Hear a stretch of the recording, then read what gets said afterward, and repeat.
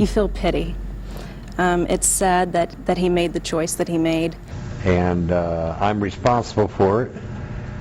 As far as the death penalty, well, I didn't think about it that much. And I did not want to be incriminated in relation to her death. There's not a day go by that I don't think about her. 6 or 7 years that I've given any thought to any of it. I just didn't think of it. I believe it's appropriate to all the evidence pointed to Tommy Ziegler. Request the court to. Number 3, Rodney Reed. Rodney Reed is a Texas man who was convicted of the 1996 slaying of Stacy Stites, a 19-year-old white woman who worked at a grocery store and was sentenced to the row in 1998. However, over the years, Reed has maintained his innocence, and his case has attracted widespread attention from activists and lawmakers who believe he was wrongfully convicted. Reed was born on December 22, 1967, in Bastrop, Texas. He grew up in a large family and had several siblings. Reed attended Bastrop High School, but he dropped out in the 11th grade. He later earned his GED and worked various jobs to support himself. In 1996, Stacy Stites, a white woman who was engaged to a police officer named Jimmy Fennell, was found deceased on the side of a road in Bastrop County, Texas. Stites had been strangled, and her body was partially unclothed. Her fiancé initially became a suspect, but he was later ruled out when DNA evidence was found on Stites' body that matched Reed's DNA. You feel pity. It's sad that he made the choice that he made. And I did not want to be incriminated in relation to her death. Here the last couple of days I kind of been thinking about it, but that was the worst mistake I've ever could have made. Well, if she's up in heaven looking down on us, I think she's probably pleased.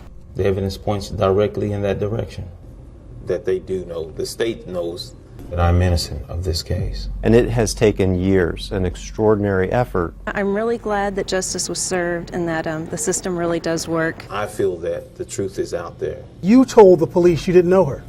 She's not coming back. That I'm innocent, absolutely innocent. To break through this bias in that community. Important love that's out there for me. I Well, the evidence points directly at you. try not to think about being executed. Because that was created from the state's narrative of this whole situation. Reed, who was African American, was arrested and charged with Stites' slaying. He maintained his innocence, claiming that he had been in a consensual, intimate relationship with Stites and that Fennell had slain her when he found out about it. However, the jury found Reed guilty and he was sentenced to his demise in 1998. In 2019, Reed's case gained national attention when celebrities such as Rihanna began advocating for his release. In November 2019, the Texas Court of Criminal Appeals granted Reed an indefinite stay from his punishment, citing the need to consider new evidence and testimony in the case. Number 2, Tommy Ziegler. Tommy Ziegler was convicted of slaying his wife, her parents, and a customer at the Winter Garden, Florida furniture store that he owned. Born on January 24, 1940 in Georgia, Ziegler was raised in a deeply religious family, attending the Baptist church regularly. He graduated from high school in 1958 and went on to serve in the Army, where he was trained as a paratrooper. After completing his military service, Ziegler attended college and then began working for his family's furniture business. In 1970, he and his wife, Eunice, bought a furniture store in Winter Garden, Florida. The couple was well known in the community and were seen as successful business owners. However, on December 24, 1975, Ziegler called the police to report that his family had been attacked and that he had been shot. When police arrived at the scene, they found the bodies of Ziegler's wife and her parents, as well as a customer who had been in the store at the time of the attack. Ziegler was the only survivor. Despite his claims of innocence, Ziegler was convicted of the slayings and sentenced to his demise in 1976. His case had been the subject of much controversy over the years, with many people believing that he was wrongfully convicted. One of the key pieces of evidence used against Ziegler was the slaying weapon, a .38 revolver. The gun was found in Ziegler's car, and his fingerprints were found on it. However, Ziegler's defense team argued that he could not have used the gun to commit the slayings because he had been shot in the stomach during the attack and could not have wielded the gun for any accuracy. Another point of contention was the testimony of Ziegler's neighbor, who claimed to have seen a man matching Ziegler's description leaving the scene of the crime around the time of the slayings. However, the neighbor had initially described the man as being much shorter than Ziegler, and some witnesses claimed to have seen Ziegler at the store at the time of the slayings. They got a conviction.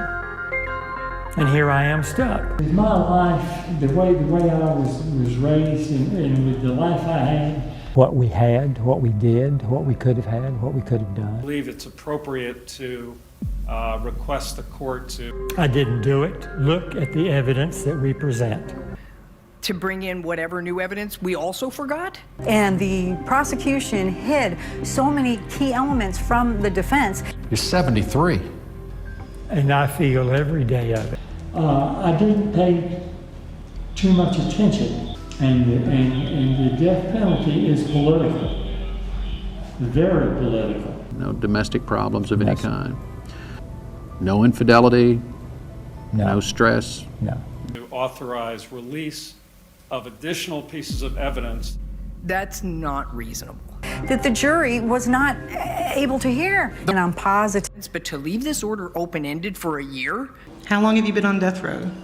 46 years. How could I stop? The guy is innocent. There's not a day go by that I don't think about her. All the evidence pointed to Tommy Ziegler. As far as the death penalty, well, I didn't think about it that much. He will die on death row one way or the other. Now, I can tell you straight up it's wrong. Marriage was good? Very good.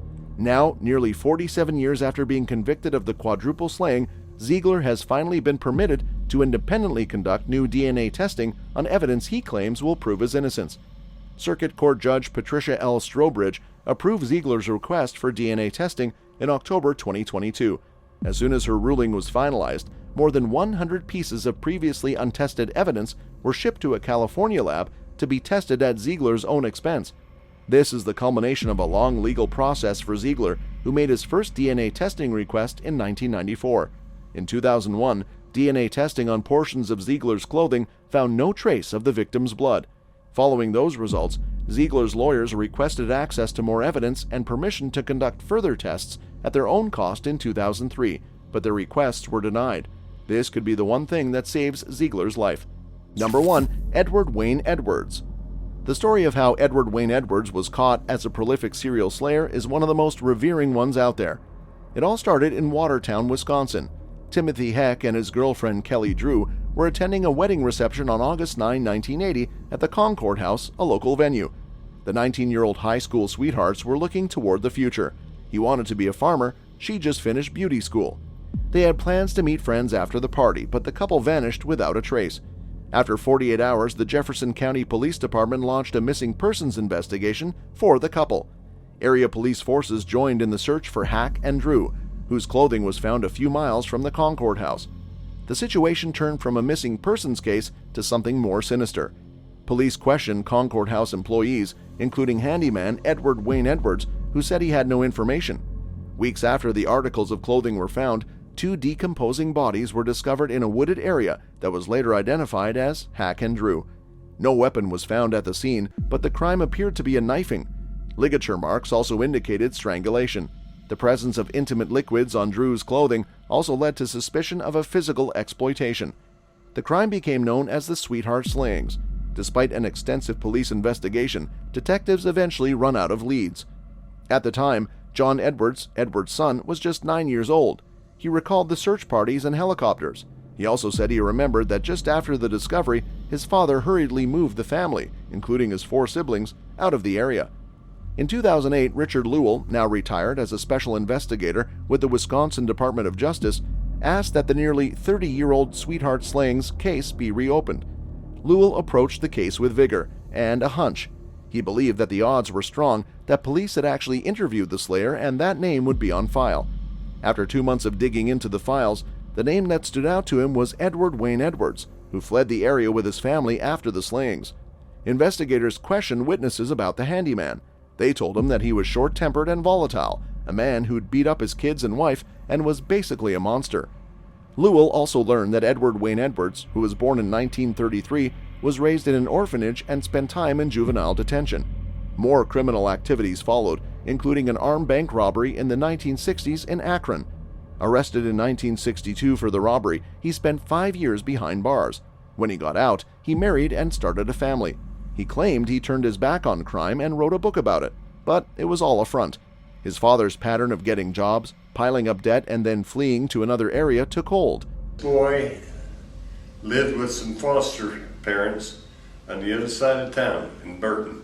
I deserve it, yes. With Danny I saw an opportunity for the insurance purposes and everything. I'm sorry and everything, but I'm not going to stand up and beat myself on the chest, and certainly I'm. And so he ended up living with one of the kids that he used to be there. He was not a foster son, he was not an adopted son. I'm not going to get up in court and apologize and things like this. It's already. Ended up getting $250,000 out of it, and he got, the people there got divorced. I believe that would be an insult to injury. That we had his name changed to Danny Boy Edwards and that, but he took about a year to set it up, and that's what I did. I set it up to collect the money. And Lewell's team knew they had one surefire way to connect Edward Wayne Edwards to the sweetheart slayings: the DNA sample left on Drew's clothes. They eventually tracked him and his wife to a trailer park in Louisville, Kentucky. By that time, he was 74 years old, obese, and relying on oxygen to breathe.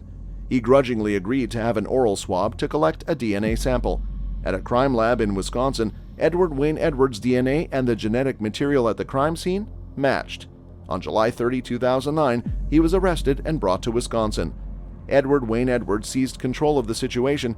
He didn't want to spend his life in prison and would have rather had capital punishment. He sent a letter to the Ohio prosecutor's office. In it, according to Brooke Ellen Tuber, Assistant District Attorney, Jefferson County, Wisconsin, Edwards made a provocative statement. He wrote that once officials knew what he had to share, "You're going to want to put a needle in my arm." Edwards confessed to slaying 21-year-old William Billy Lavico and 19-year-old Judith Straub in Park Norton, Ohio.